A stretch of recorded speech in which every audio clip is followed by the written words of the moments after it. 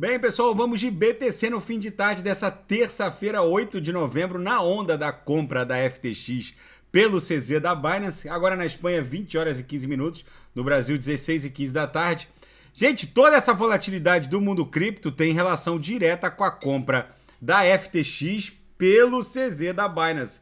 Os dois, tanto o Bankman-Fried, ex-dono da FTX, e o CZ, estavam se brigando a semana toda no Twitter e acabou que eles resolveram esse imbróglio com a venda da FTX para a Binance.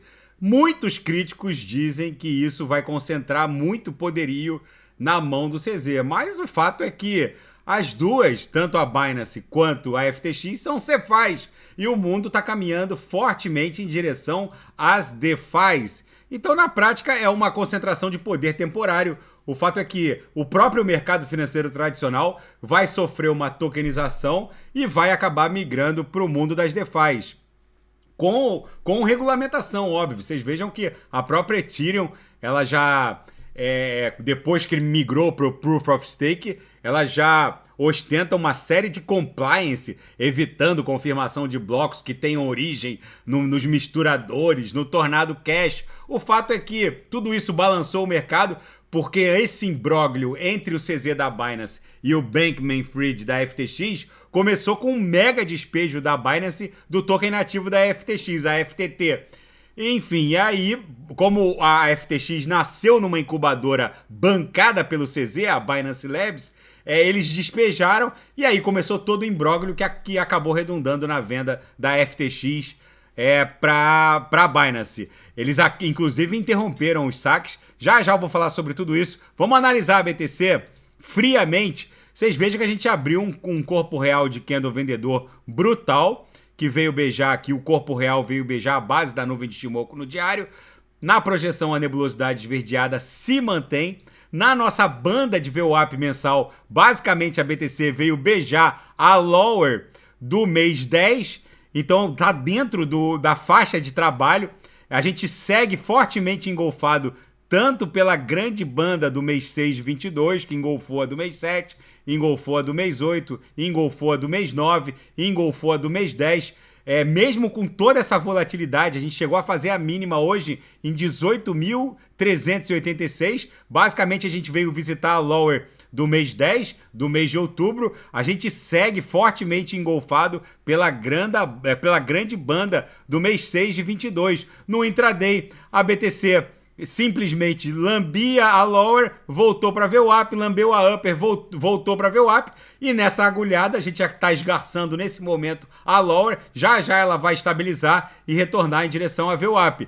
Gente, todos os sinais na sala fecharam hoje rapidamente, justamente porque é absolutamente previsível que a BTC bata na lower, volte para VWAP, bata na upper, volte para VWAP. Mesmo com toda essa volatilidade, os assinantes saíram com lucro no bolso. Na seara fática só se fala nisso. CEO da Binance anuncia a compra da FTX, está na capa da Bloomberg. Isso dispensa qualquer comentário adicional. Briga de bilionários cripto desencadeia temores de contágio nos mercados financeiros nos mercados tradicionais. É bizarro o poderio financeiro que está concentrado na mão dessa gurizada do mundo cripto. E a própria The Block aqui confirmou que o Sam Bankman-Fried, o antigo dono da FTX, reportou que sim, suspendeu os saques diante de uma onda brutal de saques. Ele foi obrigado a suspender. Ele afirmou que tinha recursos, agora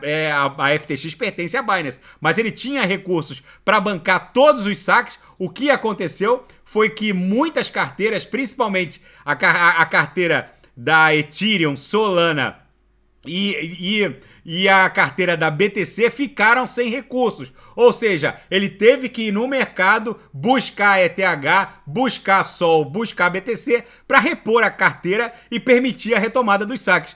Mas, segundo ele, havia recursos para bancar todos os saques. Então, eu até reportei, muita gente mandou mensagem. Eu reportei, gente, é mais fácil a FTX ser vendida do que ela quebrar. E acabou sendo vendida. E a BTC mergulha 8% após a Binance comprar a FTX.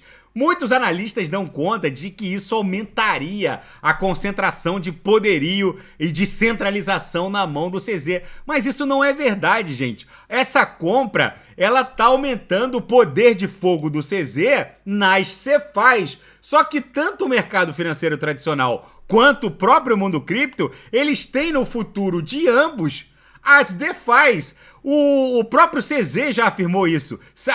Ele já disse que a própria CeFi dele, a Binance, ela no futuro vai ser uma DeFi. Basta ajustar alguns aspectos técnicos.